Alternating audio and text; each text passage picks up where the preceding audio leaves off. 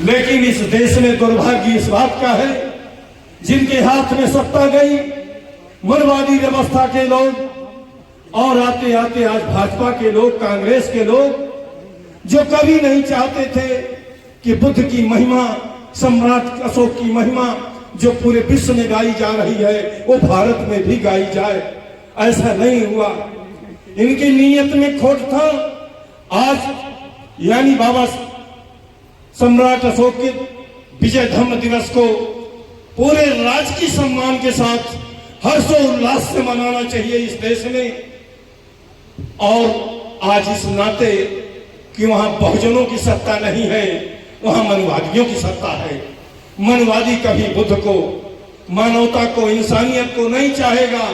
वो जात पात, छुआछूत, भेदभाव में बांटकर इस समाज का दोहर, शोषण, अत्याचार करता है, वो बनाए रखना चाहता है। इसको निकालने के लिए, इससे निकालने के लिए माननीय स्वामी साधु मौर्य जी के द्वारा अपनी जनता पार्टी का ये आगाज आज पूरे देश में चल रहा है। ये आंदोलन पूरे देश में चल रहा है। महापुरुषों की आवाज, महापुरुषों के विचार, संविधान की पुनर्स्थापना आज निष्प्रभावी हो गया है। इस देश में सबको हक, अधिकार, सम्मान, इस देश में भटक रहे नौजवान, इस देश में शिक्षा, स्वास्थ्य, रोजगार, जितनी भी समस्याएं हैं उस समस्या को लेकर आज रोड रोड, जगह जगह, जिले जिले, विधानसभा हमारी जो रथ यात्रा निकली हुई है, संविधान सम्मान एवं जनहितों यात्रा सीमा पर पहुंच गया। तब इन्होंने आंदोलन का आगाज किया और इस अवस्था में किया। इस आंदोलन में अगर आप नहीं भाग लेंगे तो आपके बच्चे आने वाले पूछेंगे कि पापा आप उस समय कहाँ सो रहे थे, भैया आप उस समय कहाँ सो रही थी, मेरी माताएं बहनें उस समय कहाँ सो रही थी, जब स्वामी प्रसाद मौर्य इस समाज को आगाह कर रहे थे, जगा रहे थे, तब तुम लोग कहाँ थे। इस प्रश्न को छोड़ के मत जाना मेरे साथियों।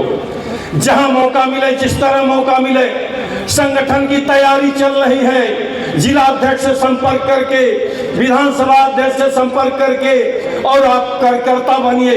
एक संगठित आंदोलन ही आपको सत्ता तक पहुंचाएगा मेरे साथियों। एक संगठित आंदोलन ही सत्ता तक पहुंचाएगा।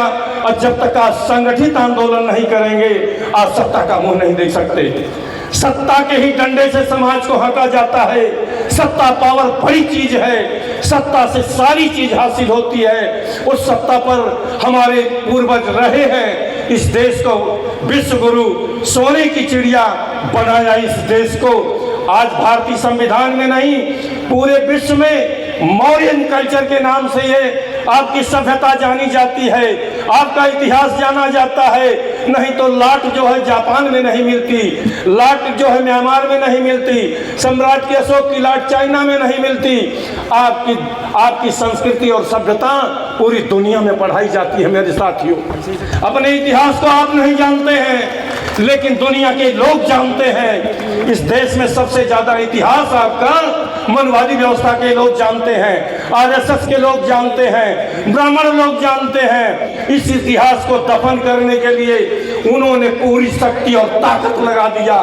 इस ताकत को नाकाम करने के लिए आप पुनः मौर्य वंशियों, चंद्रगुप्त के, बुद्ध के, सम्राट अशोक के, ज्योतिबा फूले के, बाबा साहब के, बाबू जगदेव प्रसाद के, अरे संतानों उठो और ये देश आपको पुकार रहा है। इन्हीं सारी भावनाओं के साथ आप सबका अभिनंदन करते हुए और अपने अतिथियों का अभिनंदन करते हुए, महापुरुषों को वंदन नमन करते हुए अपनी वाणी को विराम दूंगा।